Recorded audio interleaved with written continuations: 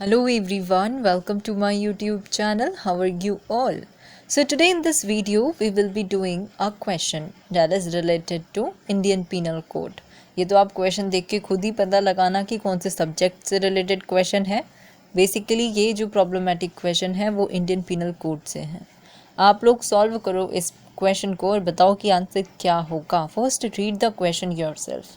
It is very easy. If you have properly studied the sections, you might be definitely knowing the answer of this question. आप लोगों को पता होना चाहिए. तो देखो अब क्वेश्चन बोलता क्या है. प्रॉब्लम बेस्ड क्वेश्चन को आप लोग भी ट्राई करो सॉल्व करने का. क्वेश्चन ये है कि A finds a letter on the road containing a bank note. From the direction and contents of the letter, he learns to know to whom the note belongs. He appropriates the note. A is guilty of which offense? यानी कि ए जो है वो road पर एक letter मिलता है A को. He finds a letter on the road. जो क्या था वो letter? It was containing a bank note. अब फ्रॉम द कंटेंट्स और बैंक उस नोट को देखकर उसको ये पता चला कि ये नोट बिलोंग किसको करता है. That this particular note is belonging to whom. Who gets to know? A gets to know from that the bank note which he found. अब A क्या करता है? He appropriates the note. वो note को क्या कर देता है? He appropriates the note. अब A किस ऑफेंस के लिए गिल्टी है? For this question, refer section which of the Indian Penal Code? बताओ. You people have to refer section 403 of the Indian Penal Code for this particular question, which is dealing with the dishonest misappropriation of property. से related है वो. ठीक है, section 403 इस पर apply होगा first. Now see the explanation 2 over there. Read it properly. You people will get to know the answer of this. First, see, misappropriation. It implies misappropriation of property in possession of someone else. No criminal misappropriation of property can take place if that property is in nobody's possession, right? This you people might be very much clearly knowing about this. See section 403 क्या बोलता है? अगर आप लोगों ने पढ़ा है उसका एक्सप्लेनेशन 2 आप लोगों ने देखा होगा. एक्सप्लेनेशन 2 बात करता था that a person who finds property not in the possession of any other person and takes such property for the purpose of protecting it for or of restoring it to the owner does not take or misappropriate it dishonestly and is not guilty of an offense, but he is guilty of the offense above defined if he appropriates it to his own use when he knows or has the means of discovering the owner, or before he was used reasonable means to discover and give notice to the owner and has kept the property a reasonable time to enable the owner to claim it. Means अगर पहले तो वो guilty नहीं होगा. कौन?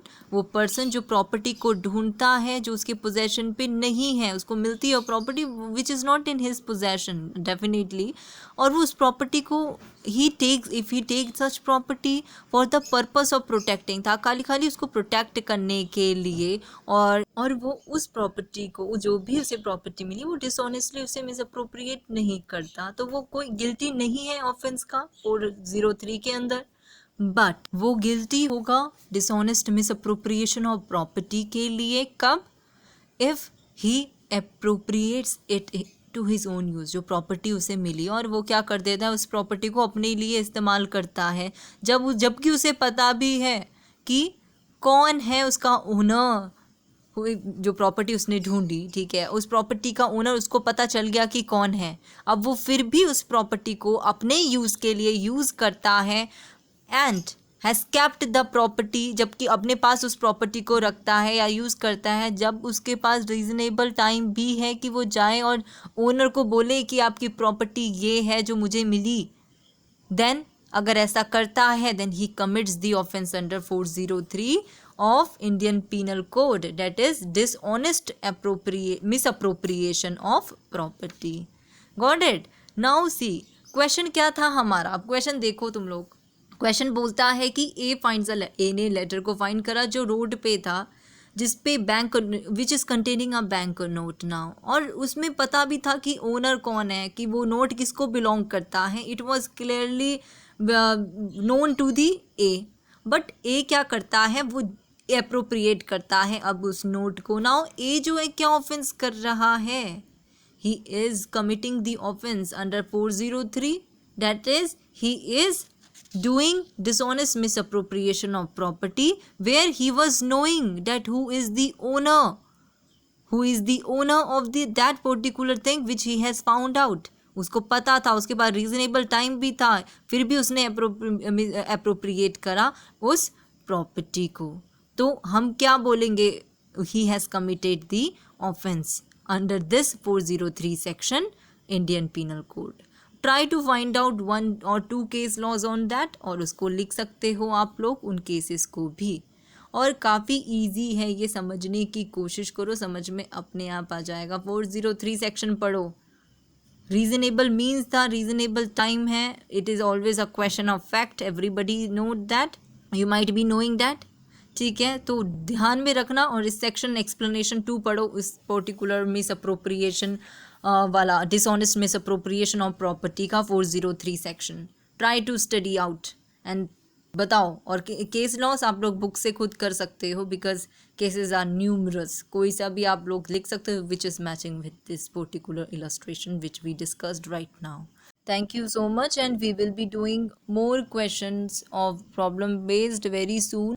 I will be uploading it now, क्योंकि इन questions से आप लोगों को क्लैरिफिकेशन भी मिलेगा कि ये कौन सा आप सेक्शन यूज़ करोगे जब आप लोग ऐसे क्वेश्चंस से डील करोगे. So that this is all about this video. And कोई डाउट है तो कमेंट बॉक्स में बताओ.